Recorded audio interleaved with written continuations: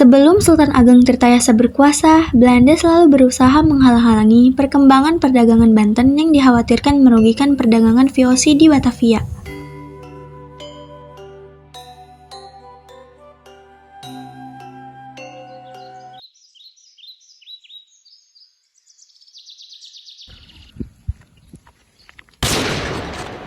Hei kamu, berhenti berdagang. Pergi kamu dari sini.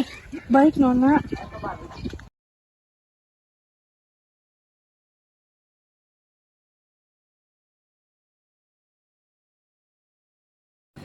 Saat Sultan Ageng Tirtayasa telah berkuasa, ia sangat membenci VOC dan tidak mau tinggal diam menyaksikan kelicikan bangsa penjajah. Para penjajah licik itu berani-beraninya mereka berlaku semena-mena di tanah Banten. Bersabar, Raden. Kita harus memikirkan secara matang apa kita untuk kedepannya. Akhirnya setelah mempertimbangkan dan memikirkan secara matang-matang, pada tahun 1656, 2 kapal VOC berhasil dirampas oleh pihak Banten dan dilakukan pula perusakan terhadap perkebunan-perkebunan tebu Belanda. Wahai Sultan Ageng Tirtayasa, serahkanlah tanah Banten dan tunduklah kepada VOC, atau kau akan menyesal. Jangan harap aku tidak akan menyerahkan tanah Banten kepada orang-orang licik dan tidak bermoral seperti kalian. Pergi kalian dari tanah Banten.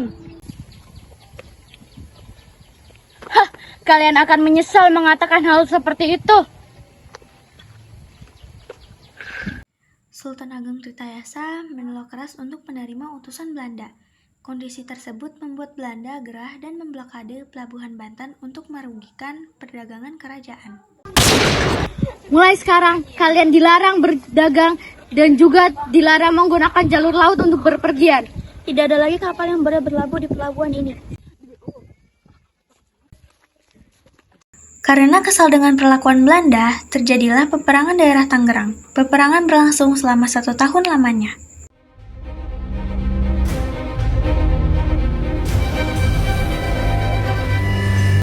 Peperangan itu akhirnya diakhiri dengan perjanjian 12 pasal yang disepakati pada 10 Juli 1659. Salah satu isi dari perjanjian tersebut mengatakan bahwa Banten tidak lagi bisa mengadakan perdagangan dengan Maluku. Akan tetapi, Belanda bersedia membayar kerugian-kerugian yang diderita Banten.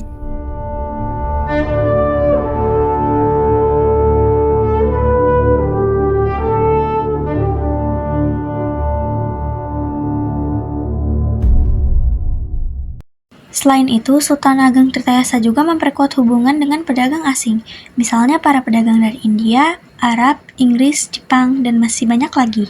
Akibat kemajuan perdagangan Banten membuat gentir orang Belanda, mereka menganggap situasi tersebut sebagai ancaman bagi kedudukan VOC di Batavia. Bagaimana ini? Pertahanan mereka semakin kuat. Perdagangan yang kuat kian meluas. Mereka juga terus mendesak. Jika terus begini, kedudukan kita di Batavia bisa hancur. Wahai Raden Aji, Apa yang kalian lakukan di sini? apakah kamu tidak berniat menduduki tahta ini, wahai Raden Haji? Tidak, tahta ini milik saudaraku. Bukankah kamu lebih pantas menduduki tahta itu dibanding saudaramu? Apakah benar? Baiklah, tolonglah aku untuk menggulingkan saudaraku.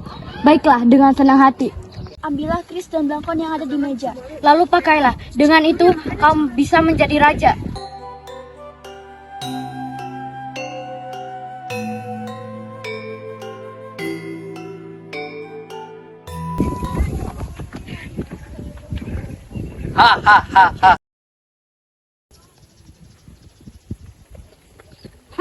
Kenapa kamu menduduki tahta? Mengawal, penjarakan dia.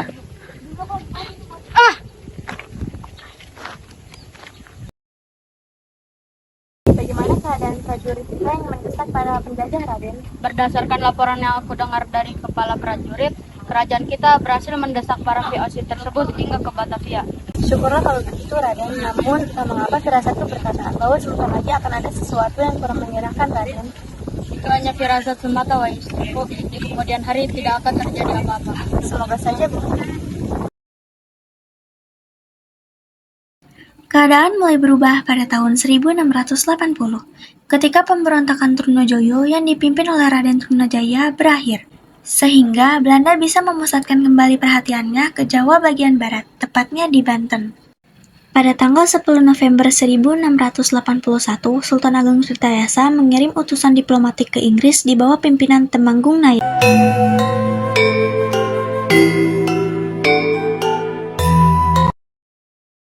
3.